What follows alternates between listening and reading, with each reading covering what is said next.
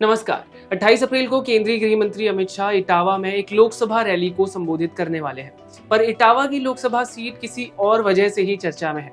दरअसल इटावा से बीजेपी उम्मीदवार और मौजूदा सांसद रामशंकर कठेरिया बड़ी असहज स्थिति में हैं, क्योंकि उनकी पत्नी मृदुला कठेरिया ने अपने ही पति के खिलाफ निर्दलीय उम्मीदवार के रूप में नामांकन पत्र दाखिल किया है। रामशंकर कठेरिया ने बुधवार को इटावा लोकसभा सीट से अपना नामांकन दाखिल किया था, जिसके बाद उनकी पत्नी मृदुला कठेरिया ने भी उनके खिलाफ निर्दलीय उम्मीदवार के तौर पे पर्चा भर दिया।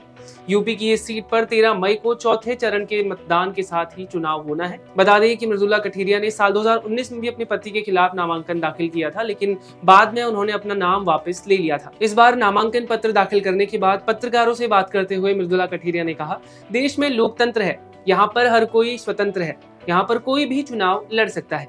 मैं अपने पति के खिलाफ चुनाव में खड़ी हूँ और वो मेरे खिलाफ खड़े हैं। ये एक चुनाव है और हर कोई यहाँ चुनाव लड़ने के लिए स्वतंत्र है। पिछली बार भी आपने नामांकन किया था लेकिन वापस ले लिया, क्या इस बार वापस लेंगे या नहीं? वापस लेने के लिए थोड़ी नामांकन करते हैं, चुनाव लड़ेंगे। हम महिला हैं, आप इसलिए बात कर रहे हैं। ये जनतंत्र है, लोकतंत्र है, प्रजातंत्र है और यहाँ सभी स्वतंत्र है। ये हमारा जन्मसिद्ध अधिकार है और महिलाओं के लिए अगर आप ऐसी बात करेंगे तो कैसे काम चलेगा? साथ लगना चाहिए प्रजातंत्र। तो इसका मतलब आप उनके साथ नहीं उनके साथ नहीं, अपना चुनाव लड़ेंगे। उनके खिलाफ चुनाव लड़ेंगे? अरे जब हम चुनाव लड़ रहे हैं तो मतलब क्या है ये? इसमें क्या है?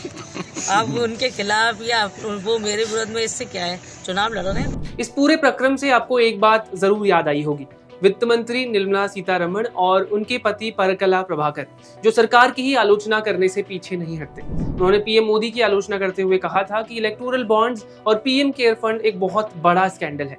अभी कुछ दिन पहले ही उन्होंने कहा था कि देश में महंगाई और बेरोजगारी अपने चरम पर है।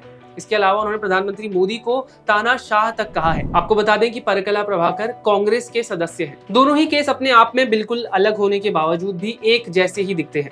आप क्या सोचते हैं इस पर हमें कमेंट करके जरूर बताएं। धन्यवाद।